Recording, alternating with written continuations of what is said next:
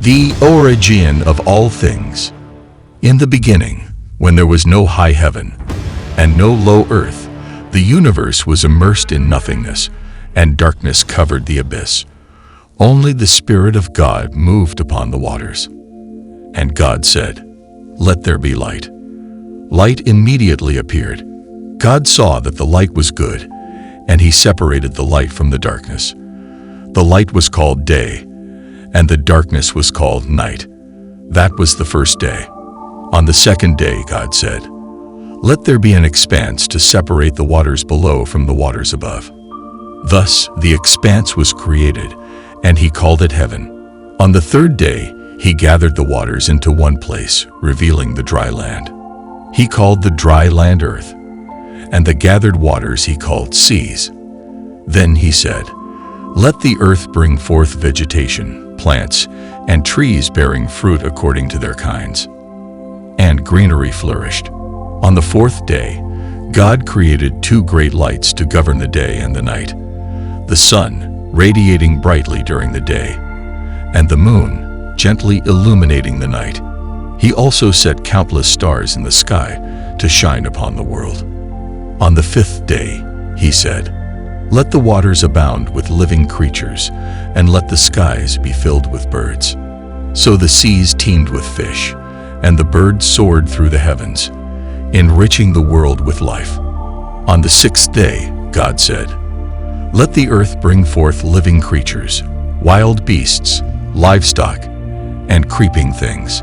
And all kinds of creatures appeared, each according to its kind. Finally, he said, "Let us make mankind in our image, after our likeness, so that they may rule over all things." Thus, God formed humankind in his own image, granting them dominion over the creatures of the land, the sea, and the sky. On the seventh day, the work of creation was complete. God beheld all that he had made and saw that it was very good. He rested and blessed that day, making it holy. And so began the origin of all things in the heavens and the earth. Adam and Eve. The story of origins. In the beginning, when heaven and earth had just been formed, God, the Creator, created all things. He created the vast sky, the radiant sun, the deep seas, and countless living creatures to fill the world. Yet among all these creations, none truly reflected his own image. Therefore, from the dust of the earth, God formed the first man, Adam. He breathed into Adam's nostrils the breath of life, granting him a soul and intellect. Then he placed Adam in the Garden of Eden, a magnificent place filled with fragrant flowers, sweet fruits, clear rivers, and lush green forests. There, Adam governed all creatures, named the animals, and cared for the plants, yet still felt lonely. Seeing this, God declared, "It is not good for man to be alone. I will make a suitable helper for him." And so, while Adam was in a deep sleep, God took one of his ribs and created a woman, a beautiful and gentle being, perfect to accompany Adam. Upon awakening, Adam looked at her and exclaimed, "This is now bone of my bones, flesh of my flesh. She shall be called woman, for she was taken out of man." Adam named her Eve, the mother of all living beings. Temptation and the fall. The Garden of Eden was paradise, where Adam and Eve lived peacefully and happily without anxiety or suffering. God had given them everything, with only one instruction: "You may eat from any tree in the garden, but do not eat from the tree of the knowledge of good and evil, for the day you eat from it, you shall surely die." Adam and Eve obeyed this command until one day, a cunning creature appeared, the serpent. It approached Eve, speaking seductively.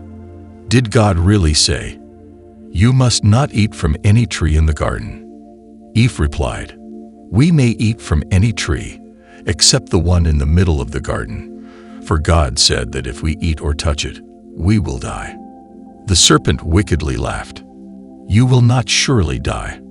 For God knows that when you eat from it, your eyes will be opened, and you will become like him, knowing good and evil." These words ignited curiosity within Eve. She looked at the forbidden tree and saw that its fruit looked delicious. Desiring wisdom, she reached out, picked a fruit, and took a bite. A strange sensation filled her. Turning to Adam, she invited him to eat as well. Adam hesitated, but out of love for Eve, he also ate the forbidden fruit. Immediately, their eyes were opened. They realized they were naked and felt ashamed. They quickly sewed fig leaves together to cover themselves. When evening came, God walked through the garden and called out, "Adam, where are you?" Afraid, Adam hid among the trees, but nothing could be hidden from the all-knowing one. Eventually, Adam tremblingly replied, "Lord, I heard your voice, but I was afraid because I was naked, so I hid. Who told you that you were naked? Have you eaten from the tree I commanded you not to eat from?" God asked. Adam answered, "The woman you created for me gave me the fruit, and I ate it." Eve also justified herself. "The serpent deceived me, so I ate."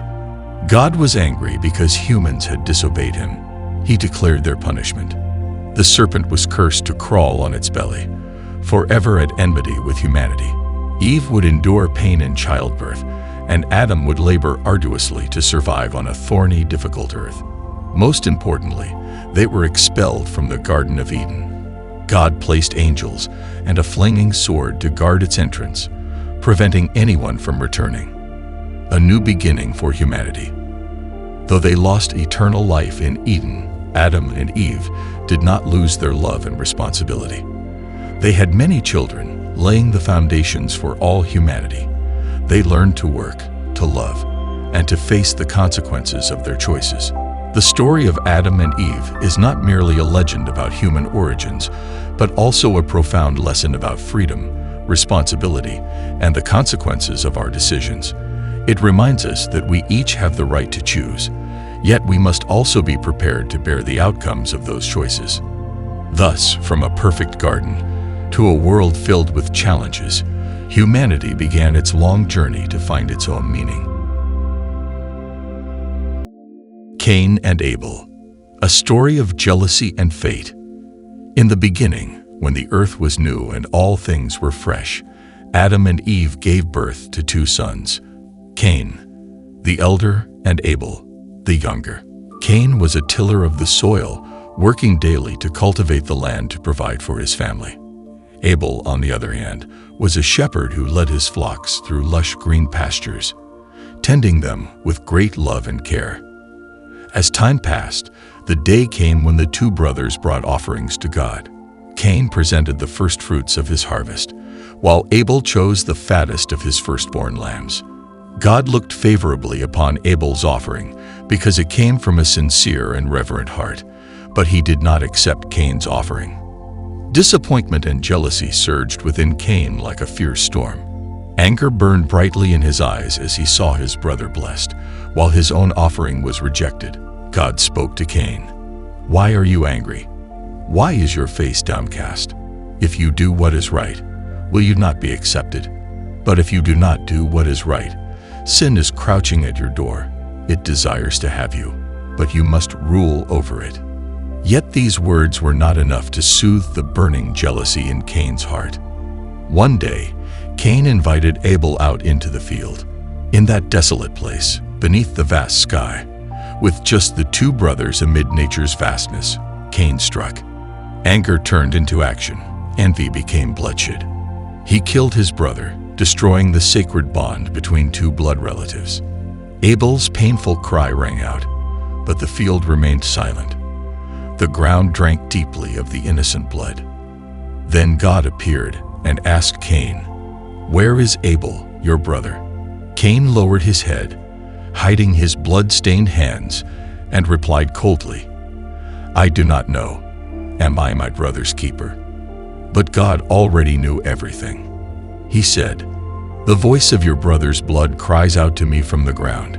Now you are cursed from the earth, which has opened its mouth to receive your brother's blood from your hand. When you till the ground, it will no longer yield its strength to you. You will be a restless wanderer on the earth." Cain trembled in fear and cried out, "My punishment is more than I can bear." You are driving me away from the land, away from your presence. I will be a wanderer, and whoever finds me will kill me." Yet even in punishment, God showed mercy. He placed a mark on Cain so no one would dare kill him. Cain then left the presence of the Lord, journeying to the land of Nod, east of Eden, beginning a life of wandering, carrying the guilt that could never be cleansed. From Adam to Noah, the lineage of Adam. Adam lived 930 years and had many sons and daughters. Among them was Seth, the son born after Cain killed Abel, chosen by God to continue the lineage of faith. Seth begot Enosh, and from that time, people began to call upon the name of the Lord. From Seth onward, generation followed generation, with lifespans lasting centuries. Names like Enosh, Kenan, Mahalalel, and Jared were recorded in history. Yet, among these men, one stood out: Enoch. Enoch, the man who walked with God. Enoch was unlike the others. He did not merely live on earth. He walked with God. His heart was upright, filled with faith and reverence for the Lord. He did not die like others. God took him away, and he was no more. Methuselah and Lamech, signs of dark times. After Enoch, his son Methuselah continued the lineage. He became the longest-lived man in human history, minus 969 years. Yet when he died, it marked the moment God decided to bring calamity upon the earth. Methuselah's son, Lamech, had a son named Noah. As humanity multiplied, so did sin. Human hearts became filled with violence, lust, and wickedness. The powerful took any woman they desired, and brutality spread across the earth. God looked down and felt deep sorrow. He said, "I regret that I made mankind. I will wipe them from the face of the earth, from mankind to animals, creeping things, and birds of the sky." Yet, amid this corrupt world, there was one man who still walked with God: Noah. This is the account of Adam's lineage. Wickedness in the world. Generations after Adam, people multiplied on earth. They built villages, cities, expanded territories, and ruled the world in their own way. But as their power grew, their hearts drifted further from God. Noah and the Ark of Salvation. God's calling. In a world filled with sin and violence, there was only one man who kept a righteous heart before God. That was Noah. One day, God spoke to Noah, "I have decided to destroy all mankind, for the earth is filled with violence because of them. Behold, I will bring a great flood to wipe out every living creature on the earth, but you and your family will be saved." Then God gave Noah a command: "Make an ark of gopher wood, make rooms in it, and coat it with pitch inside and out. The ark must be 300 cubits long, 50 cubits wide, and 30 cubits high. Make a door on the side and a roof above. You, your wife, your 3 sons Shem, Ham, Japheth, and their wives will enter the ark. You must also bring into the ark pairs of every living creature, male and female, to preserve life." Noah listened and obeyed. The ark of faith. Noah began his work. Amidst the ridicule of those around him, he and his sons diligently built the ark. They sawed wood, joined planks, built frames, applied pitch, bit by bit turning God's word into reality. The townspeople mocked them. They did not believe the warnings. They continued their sinful lives, partying and mocking, unaware that their time was running out. But Noah did not waver. He knew God's words were true. He continued working with patience and strong faith. Entering the ark, the door closes. When the ark was completed, God commanded. Noah and his family entered the ark. The animals also came in pairs: lions and sheep, sparrows and eagles, elephants and giraffes, all arriving by God's command. When everything was ready, God himself closed the ark's door. From that moment, the outside world had God's covenant with Noah. After the great flood, a new world. The flood waters receded, the land gradually dried, and Noah's great ark rested upon Mount Ararat. At God's command, Noah and his family stepped out, setting foot on dry land for the first time after more than a year adrift. They looked around. The world before them was entirely new. Gone were the sinful cities. Gone were those who mocked and trampled righteousness. Everything had been wiped away, leaving only one family to start anew. Noah understood this was not just a new beginning for him, but a new chapter for all humanity. Sacrifice of thanksgiving. God's promise. The first thing Noah did was not seek a place to settle or build a home, but offer a sacrifice to God. He built an altar of stone, chose the purest animals preserved on the ark, and offered them as burnt offerings. The fire rose high, the fragrant smoke spread, and Noah's heart overflowed with gratitude. God's covenant with Noah, a promise for humanity. God did not merely give an empty promise. He established an everlasting covenant with Noah and all his descendants, an unbreakable covenant between God and all humanity. He said, "Behold, I establish my covenant with you, with your descendants after you, and with every living creature on earth, birds, animals, every creature that survived the great flood. I will never again use floodwaters to destroy all life. Never again will there be a flood to destroy the earth." Sign of the covenant, the rainbow in the sky. To ensure people always remembered this covenant, God set a sign between himself and all living creatures, a rainbow. He said, "I have set my rainbow in the clouds, and it will be the sign of the covenant between me and the earth. Whenever I bring clouds over the earth, and the rainbow appears, I will remember the everlasting covenant between me and every living creature." For the first time, a shimmering band of light appeared in the sky, a vibrant arch of colors after the rain. Noah and his family looked up, hearts filled with comfort. It was not merely natural beauty, but proof of God's love, mercy, and faithfulness.